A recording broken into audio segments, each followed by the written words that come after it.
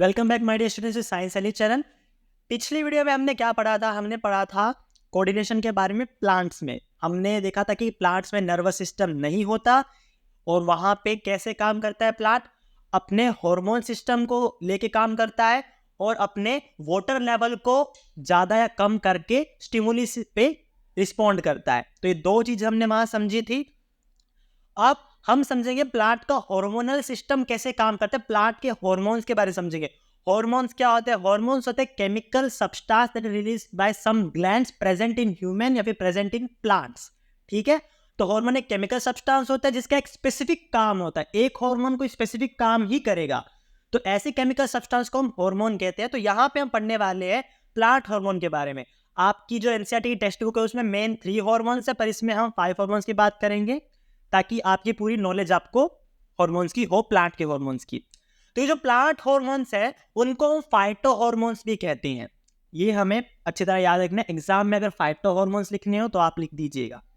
ठीक, these are organic substance that regulate plant growth and development. देखो, ये organic chemical substance होते हैं जो रेगुलेट करता है। रेगुलेट यानी एक संभाल के रखता है क्या प्लांट की ग्रोथ को, होने उसकी डेवलपमेंट को एक सही वे में लेके जाता है। कौन? ये हार्मोन्स। ठीक है, they can also help plant tolerate environmental stress.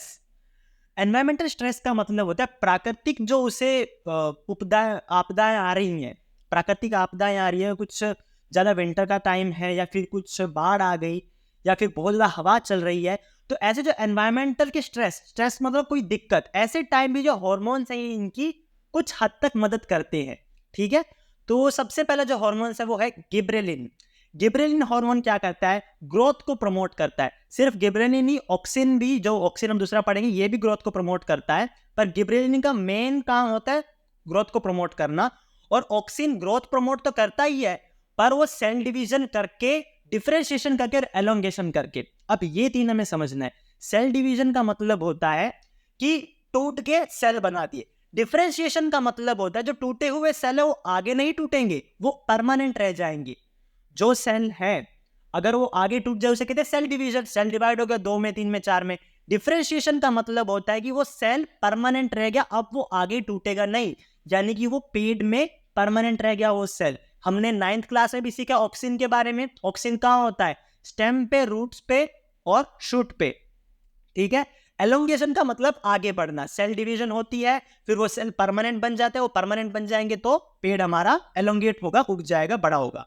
Auxin is produced in the birds. Birds मैंने आपको, हमने ये उसमें भी सीखा असेक्सुअल रिप्रोडक्शन में। बर्ड्स मैंने आपको वहां पे भी बताया था। बर्ड्स होता है जहां बहुत सारे सेल डिवाइड हो और वहां इकट्ठे हो जाए, उस वहां एक बर्ड फॉर्मेशन होती है।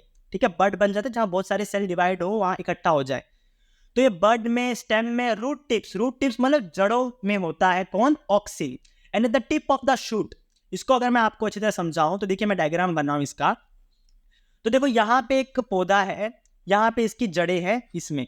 तो ऑक्सिन कहाँ होगा? ऑक्सिन एक तो ऊपर होगा शूट में। शूट यहाँ पे होता है बीच में, यहाँ पे शूट होता है, तो यहाँ पे ऑक्सिन होगा ताकि वो ऊपर उगे, और जड़ों की टिप में ऑक्सिन होगा कि वो नीचे उगे। इस वजह से प्लांट ऊपर और नीचे दोनों तरफ से अच्छी तरह उगेगा और एक बड़े ट्री में बदल जाएगा। ठीक है, आगे आता है साइटोकिनिन।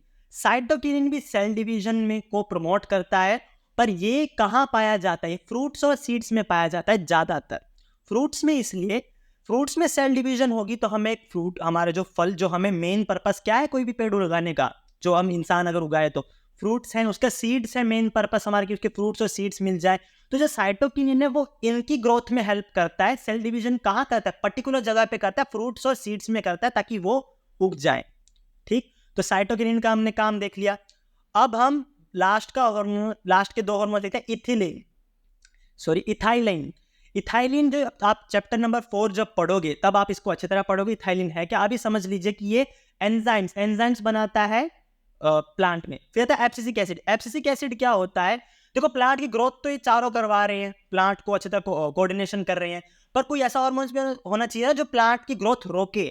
सड़े हुआ प्लांट है, उसको कौन सड़े हुए प्लांट को भी वो ऐसे ही रखेगा, उसकी ग्रोथ होती है। इस वजह से एक एब्सिसिक हार्मोन होता है जो ग्रोथ को रोकता है। Wilting of leaves. Wilting of leaves मतलब कि पत्ते झड़ रहे हैं, खराब पत्ते झड़ गए, तो ऐसे भी हमें हार्मोन्स चाहिए। तो ये जो हमने 5 हार्मोन्स पढ़े, इनमें से सबसे